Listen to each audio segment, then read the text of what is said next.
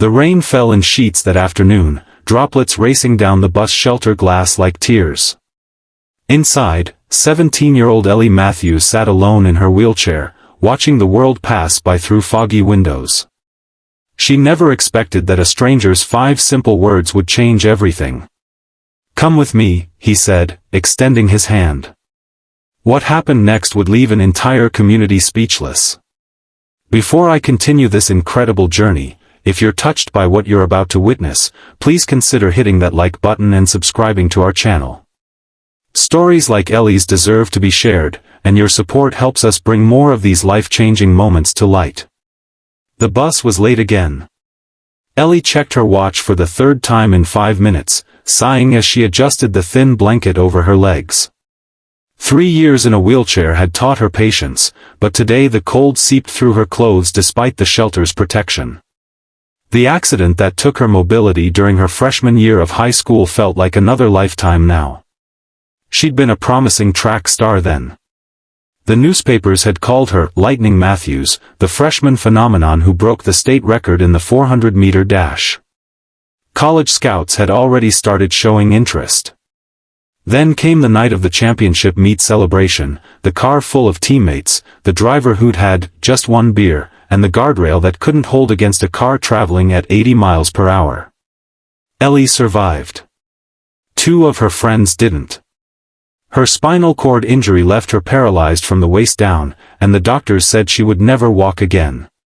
The first year after the accident, she barely spoke. The second year, she returned to school but kept to herself.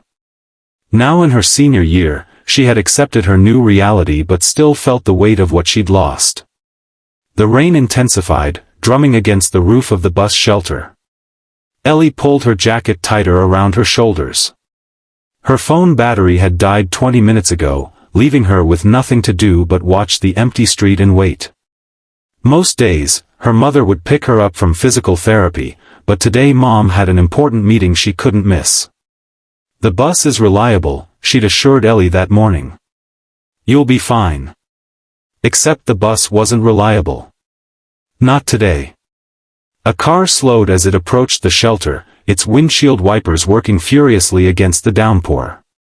Ellie didn't pay much attention until it pulled over directly in front of her. The driver's door opened, and a man stepped out, quickly covering his head with a newspaper as he jogged toward the shelter. He was in his early 40s, with kind eyes and the beginning of gray at his temples. His clothes were simple but neat: jeans, a button-down shirt, and a jacket that had seen better days. He ducked into the shelter, shaking water from his makeshift umbrella. "Nasty weather," he said, offering a friendly smile. Ellie nodded politely but kept her guard up. Her mother had drilled stranger danger into her head since childhood, and those lessons had only intensified after the accident left her more vulnerable. "Bus running late?" he asked, glancing down the empty street.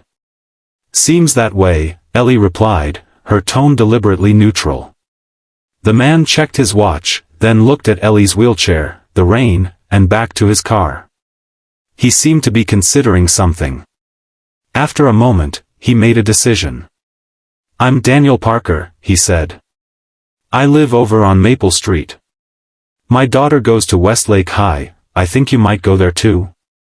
I've seen you around the school events." Ellie relaxed slightly. Westlake was her school, and if he had a daughter there, he wasn't a complete stranger. Still, she remained cautious. "I'm Ellie," she said, not offering her last name. Daniel nodded, respecting her caution. "Listen, Ellie, this rain isn't letting up, and who knows when that bus will come. I'm heading toward the east side of town. If that's anywhere near where you're going, I'd be happy to give you a ride." Ellie hesitated. Her house was on the east side, but getting into a car with someone she barely knew went against everything she'd been taught.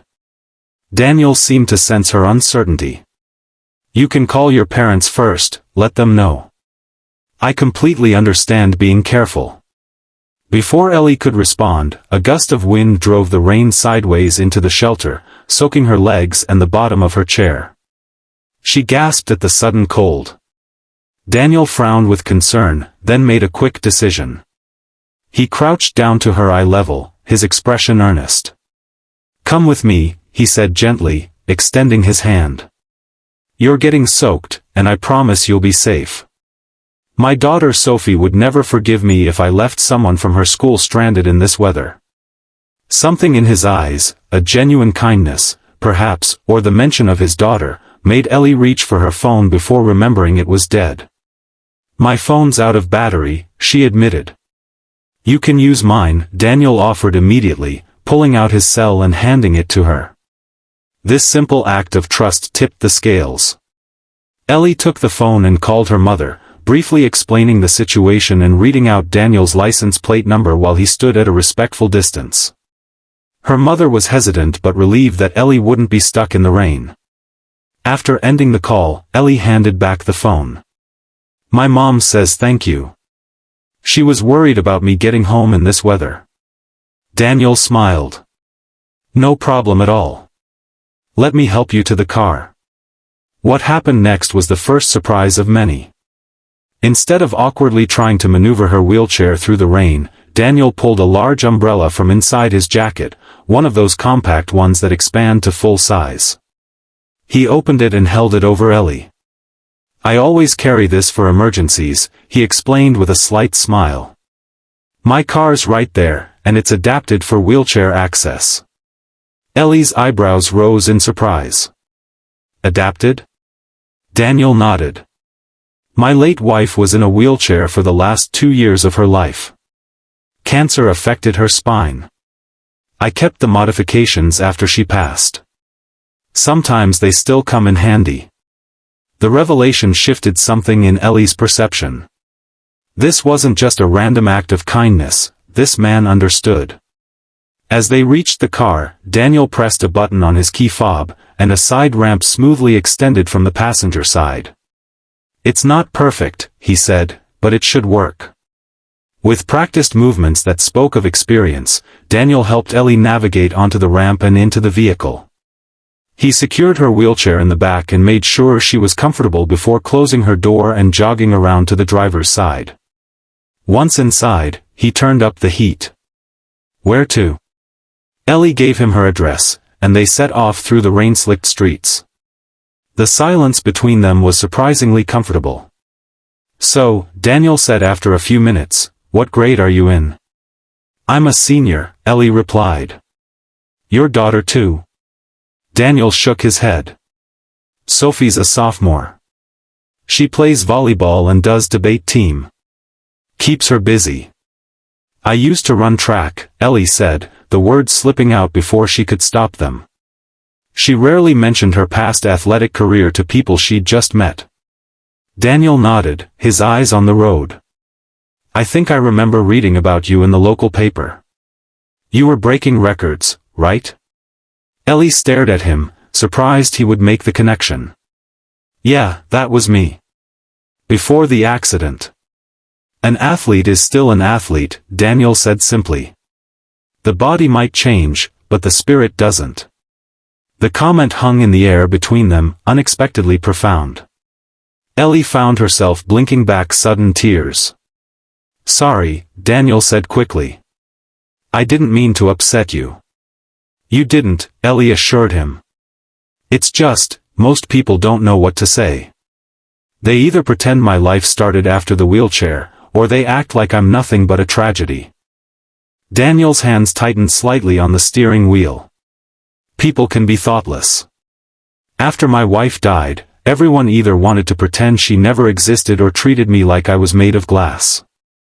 Neither approach helped Sophie or me." The mention of his daughter brought Ellie back to curiosity. "How old is Sophie?" 15, Daniel replied. "She's had to grow up faster than I would have liked. Her mom got sick when she was 10, and we lost her when Sophie was 13. It's been just the two of us for almost 3 years now." "I'm sorry," Ellie said softly. Daniel glanced at her with a small smile. "Thank you. We're doing okay.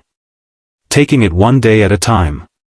As they drove, the rain began to ease, and patches of blue appeared between the clouds.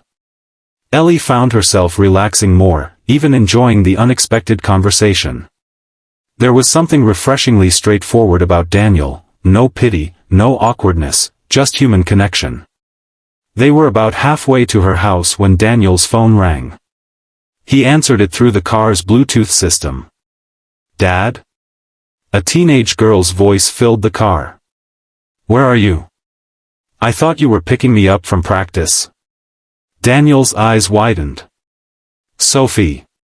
I'm so sorry, sweetheart. I completely forgot with the rain and everything. I'll be there in 15 minutes, okay?" "Dad, it's pouring.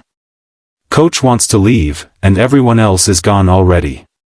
Ellie could hear the frustration in Sophie's voice and felt a pang of guilt. Daniel had gone out of his way to help her, and now his daughter was stranded. "I'm giving a classmate of yours a ride home," Daniel explained. "She was stuck at a bus stop in the rain. I'll be there as soon as I can." There was a pause on the other end. "Who is it?" Sophie asked, curiosity replacing annoyance. Daniel glanced at Ellie, silently asking permission. She nodded. "Ellie Matthews," he said. "Ellie Matthews?" Sophie's voice rose with recognition. "Lightning Matthews? Dad, she's like a legend at school." Ellie felt her cheeks warm. She hadn't expected to be remembered that way. "Well, your legend is in my car," Daniel said with a chuckle. "And I promise I'll be there soon." "Actually," Ellie interjected, "why don't we pick Sophie up first? My house can wait." Daniel looked at her with surprise. "Are you sure? It would mean going in the opposite direction." "I'm sure," Ellie said firmly. "I don't want her waiting in the rain because of me." "Did you hear that, Sophie?" Daniel asked. "Yeah," Sophie replied, sounding impressed. "That would be awesome." "Thanks, Ellie." "No problem," Ellie said, feeling oddly pleased. "See you soon." After ending the call, Daniel made a U-turn at the next intersection. "That's really kind of you," he said. "Sophie's volleyball practice is at the community center. It's about 10 minutes from here." "It's the least I can do after you rescued me from that bus stop," Ellie replied. Daniel smiled. "Rescue might be a strong word." "Not from where I'm sitting," Ellie said. "I could have been waiting for hours." They drove in comfortable silence for a few minutes before Daniel spoke again. "So, what are your plans after graduation? College?" The question was common enough, but it still made Ellie tense. Before the accident, her path had been clear: athletic scholarship, sports medicine degree, maybe even the Paralympics one day. Now, everything was uncertain. "I'm not sure yet," she admitted. "I've applied to a few schools, but..." Daniel prompted gently when she trailed off. Ellie sighed. "But I don't know what I want anymore. Everything I planned was built around running. Without that, I'm still figuring things out." Daniel nodded thoughtfully. "That makes sense. Big changes force us to reimagine our futures. After Lisa, my wife, died, I had to completely rethink what my life would look like. It's not easy." "How did you do it?" Ellie asked, genuinely curious. "Honestly? I focused on what hadn't changed. I was still Sophie's dad. I still loved teaching history. I still enjoyed photography on weekends. The framework of my life had collapsed, but the core of who I was remained." His words resonated with Ellie in a way few things had since her accident. She'd been so focused on what she'd lost that she'd barely considered what remained. "I never thought about it that way," she said quietly. Daniel shrugged. "It's just one perspective. Everyone finds their own path through grief or major life changes. There's no instruction manual." They arrived at the community center, where a teenage girl stood under the building's overhang, a sports bag at her feet. She was tall and athletic, with her father's kind eyes and dark hair pulled back in a ponytail. When she spotted the car, she grabbed her bag and jogged toward them, hunching against the light drizzle that still fell. Daniel got out to help load her bag, and Sophie opened the back door, sliding in behind Ellie. "Hi," she said, slightly breathless. "I'm Sophie. Thanks for letting my dad pick me up first." Ellie twisted in her seat to face the girl. "No problem. I'm Ellie." "I know who you are," Sophie said with a grin. "Everyone at school does. You're the one who broke the state record as a freshman. That's still unbeaten, you know." Ellie blinked in surprise. "Is it?" "Absolutely. Coach Martinez still talks about you. She says you had the best natural form she'd ever seen." A complicated mix of pride and pain washed through Ellie. Coach Martinez had been like a second mother to her during that freshman year. Daniel returned to the driver's seat, glancing between the two girls. "All set?" Sophie nodded. "Dad, did you know Ellie still holds the school record? And she's in AP Calculus with Mr. Winters, he's the toughest teacher in school."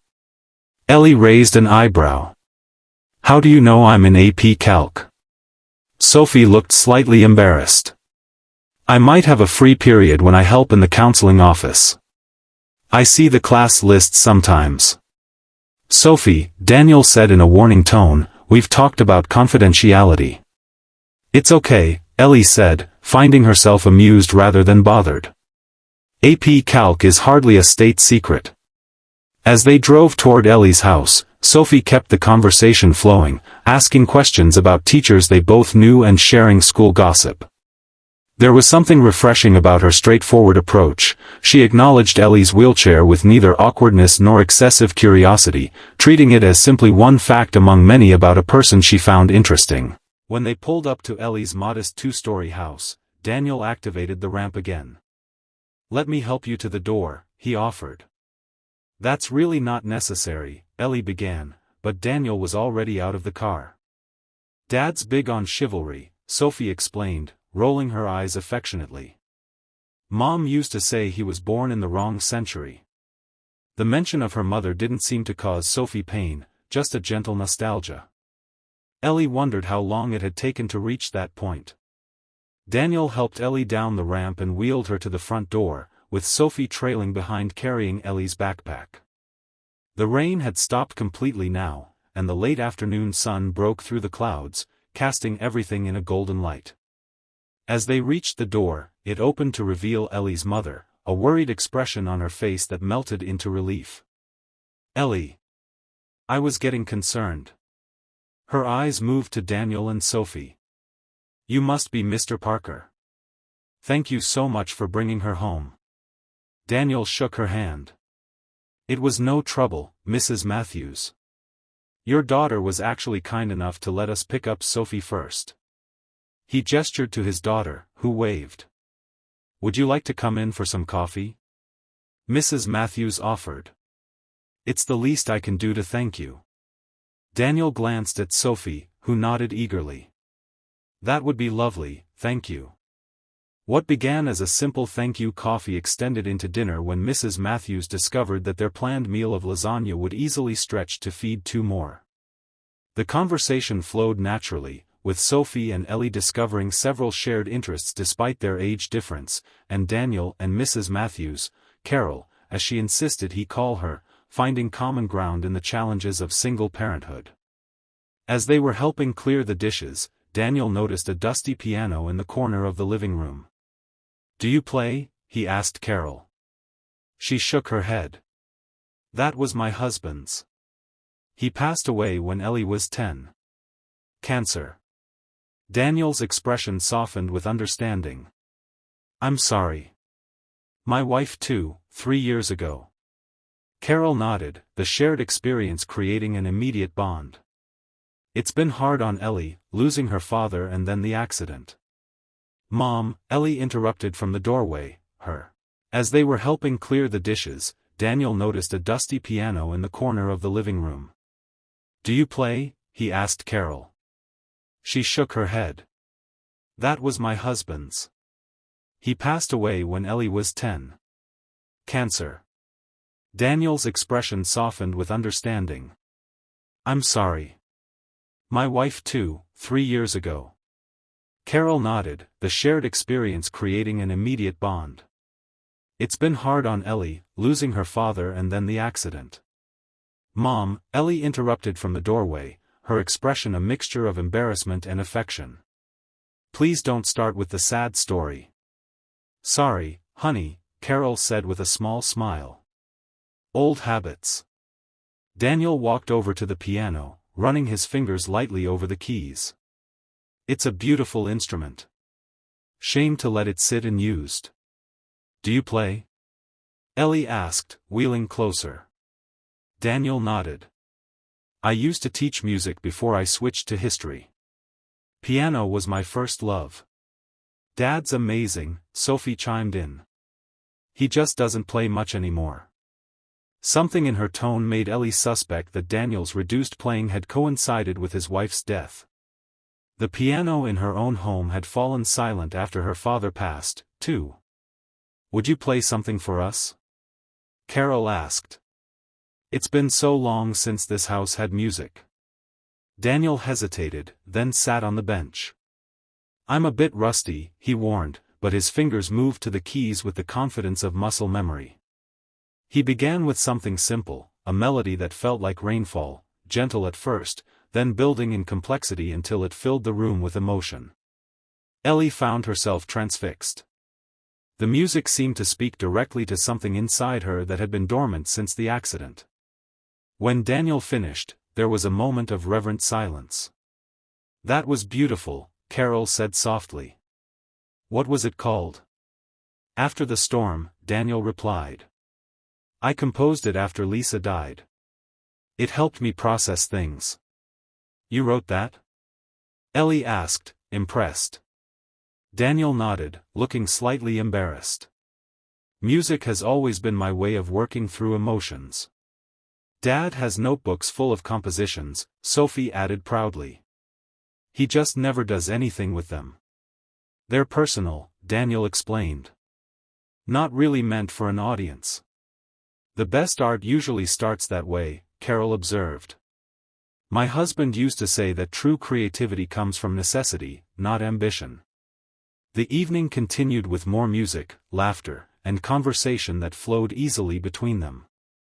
By the time Daniel and Sophie left, promising to get together again soon, something had shifted in Ellie's world. The chance encounter at a rainy bus stop had opened a door she hadn't realized was there. Over the next few weeks, the Parkers became regular visitors at the Matthews home. Sophie and Ellie developed an unlikely friendship despite their age difference. Sophie's straightforward curiosity about life in a wheelchair allowed Ellie to discuss her disability without the awkwardness she usually encountered, while Ellie's academic guidance helped Sophie navigate the challenges of sophomore year. Daniel continued to play the piano during their visits, gradually bringing music back into a house that had been too quiet for too long. Sometimes Carol would join in with her surprisingly good singing voice, and occasionally even Ellie would attempt simple melodies, her fingers remembering lessons from childhood. One evening in late April, as they shared dinner, Daniel cleared his throat nervously. I have something to ask you both, he said, looking between Ellie and Carol. The school spring fundraiser is coming up, and they're looking for performances. I was wondering if you'd consider performing with me, Ellie. Ellie nearly choked on her water. Me? Perform what? Music, obviously, Daniel said with a smile. I've noticed how quickly you've picked up playing again. I thought we could do a duet, something simple but meaningful. I can barely play Twinkle, Twinkle, Little Star, Ellie protested. That's not true, Sophie interjected. I've heard you practicing when I come over. You're getting really good. Ellie shot her a betrayed look. Eavesdropper. It's not eavesdropping when you leave the door open, Sophie replied with a grin. Daniel leaned forward, his expression earnest.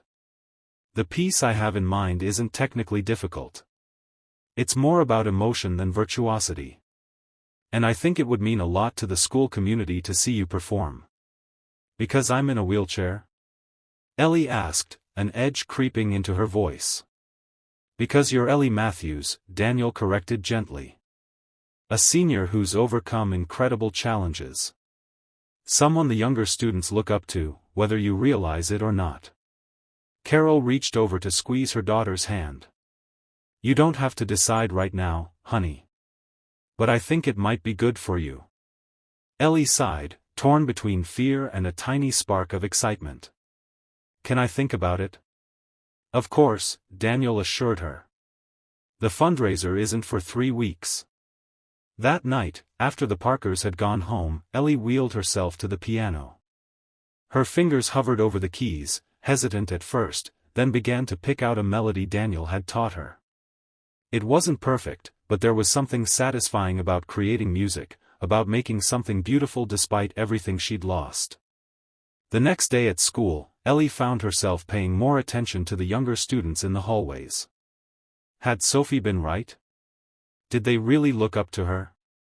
She'd been so focused on what she'd lost that she hadn't considered what her presence might mean to others. During lunch, she made her way to the music room, finding it empty as she'd hoped.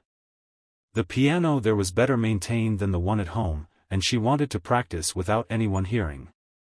She was midway through the piece when the door opened, and Mr. Winters, her calculus teacher, stepped in. Miss Matthews, he said, surprised. I didn't know you played. Ellie's hands froze on the keys. I don't, really. I'm just messing around. Mr. Winters, a stern man not known for sentimentality, sat on a nearby chair. It sounded lovely. Please, don't stop on my account. Reluctantly, Ellie continued, making several mistakes in her nervousness. When she finished, she expected criticism, but Mr. Winters simply nodded thoughtfully. Music and mathematics are closely related, you know, he said. Both require precision, but also intuition. You have a good ear. Coming from Mr. Winters, this was high praise indeed. Thank you, Ellie said, surprised. Are you performing at the fundraiser? He asked. I'm on the organizing committee. Ellie hesitated. Mr. Parker, Daniel Parker, asked me to do a duet with him. I'm still deciding. Ah, Mr. Parker, Mr. Winters said with unexpected warmth. Excellent musician. He was quite renowned in college, did you know? Could have gone professional. This was news to Ellie. No, I didn't. Well, if you're performing with him, you're in good hands. Mr. Winters stood to leave. And Miss Matthews? It would be good to see you participating in school events again. Your presence has been missed. After he left, Ellie sat at the piano, thinking. For 3 years, she'd been existing at the periphery of school life, attending classes but never fully engaging. Perhaps it was time to step back into the light, even if that step had to be taken on wheels. That evening, she called Daniel. I'll do it, she said without preamble. The fundraiser performance. She could hear the smile in his voice. That's wonderful, Ellie. I promise you won't regret it. The next 3 weeks were filled with practice. Daniel came over almost daily, patiently working with Ellie on their duet, an arrangement of After the Storm, that he had adapted specifically for her skill level. As the piece took shape, Ellie found herself increasingly invested in getting it right, not just for Daniel or the audience, but for herself. The night of the fundraiser arrived with unexpected speed. The school gymnasium had been transformed with twinkling lights and a stage constructed at one end. A sizable crowd filled the chairs, parents, teachers, students, and community members. Backstage, Ellie waited nervously in her wheelchair, wearing a blue dress that matched her eyes. Daniel stood beside her in a simple suit, looking equally anxious. Second thoughts? He asked quietly. Ellie nodded. About 1,000 of them. Daniel smiled. Me too. But we're going to be great. And if we're not? Ellie challenged. Then we'll have tried something brave together, he replied simply. That counts for a lot in this world. Before she could respond, the principal announced their names, and applause filled the gymnasium. Daniel wheeled Ellie onto the stage, where 2 pianos had been positioned side by side. He helped her transfer to the piano bench, then took his seat at the other instrument.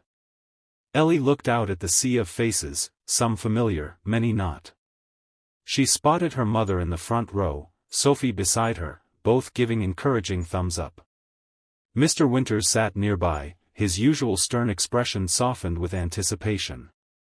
And there, in the back, was Coach Martinez, who had trained Ellie as a runner and whom she hadn't spoken to since the accident. Panic threatened to overwhelm her, but then Daniel began to play the opening notes of their duet. The familiar melody centered her, and when her cue came, Ellie's fingers found the keys with surprising confidence. The music flowed between them, Daniel's complex harmony supporting Ellie's simpler melody, creating something that was greater than the sum of its parts. As they played, Ellie felt something shift inside her, a wall crumbling, a door opening. For the first time since the accident, she wasn't defined by what she couldn't do, but by what she was creating in this moment.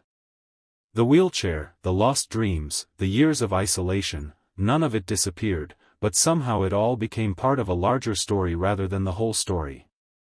When the final notes faded, there was a moment of silence before the audience erupted in applause. Ellie looked at Daniel, tears streaming down her face, unable to speak. He reached over and squeezed her hand, his own eyes glistening. "Thank you," she whispered. "No," he replied softly. "Thank you for trusting me."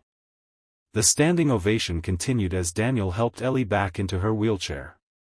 As they made their way off the stage, people reached out to touch her shoulders, to offer congratulations, to welcome her back to the community she had withdrawn from.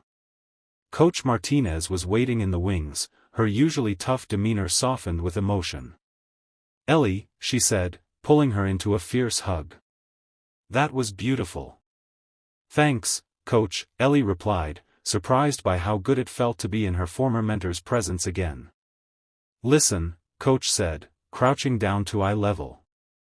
"I've been wanting to talk to you for ages, but I wasn't sure you were ready. The girls' wheelchair basketball team at the community center needs an assistant coach. Someone who understands both athletics and adaptation. I immediately thought of you." Ellie stared at her, stunned. "Me? A coach? Who better?" Coach Martinez asked. "You have the knowledge, the experience, and the heart. Think about it, okay?"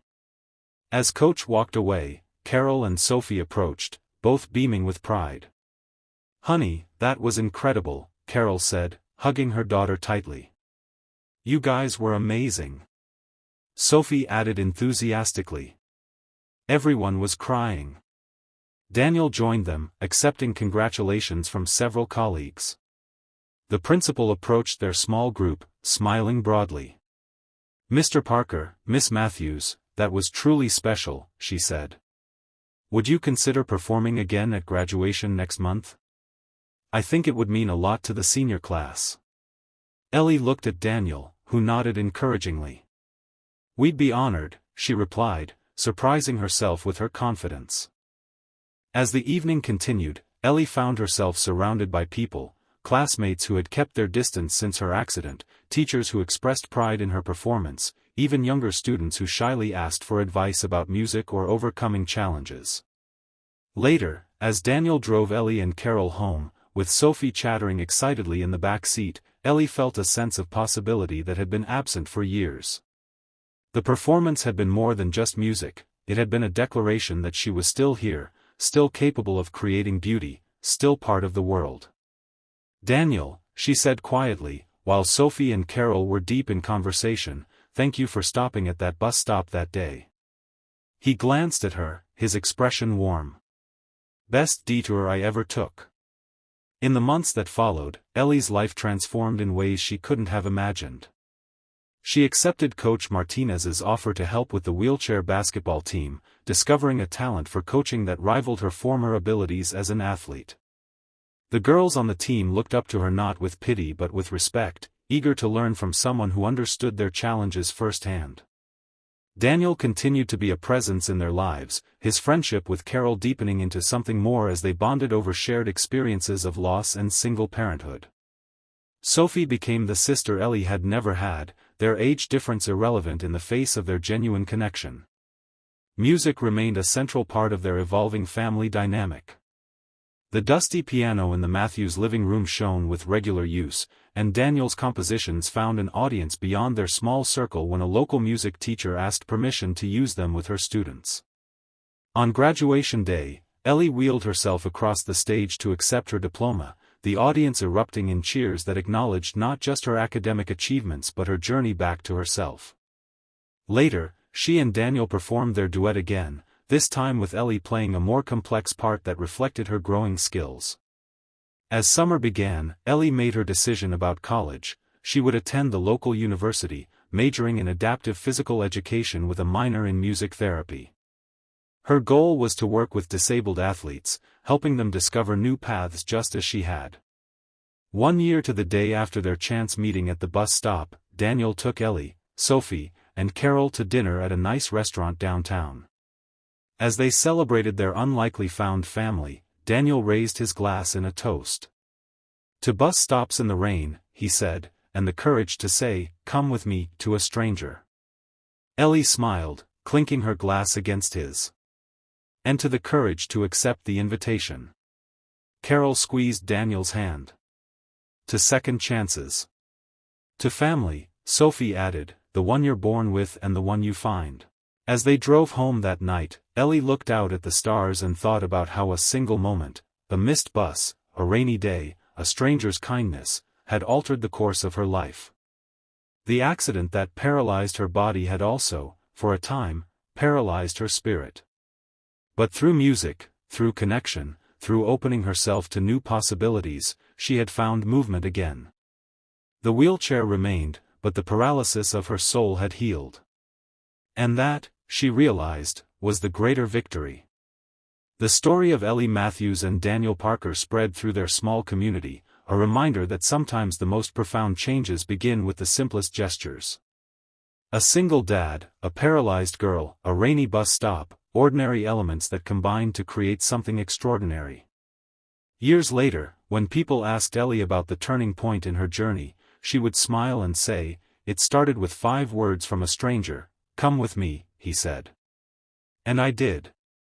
If this story touched your heart, please hit that like button and subscribe to our channel.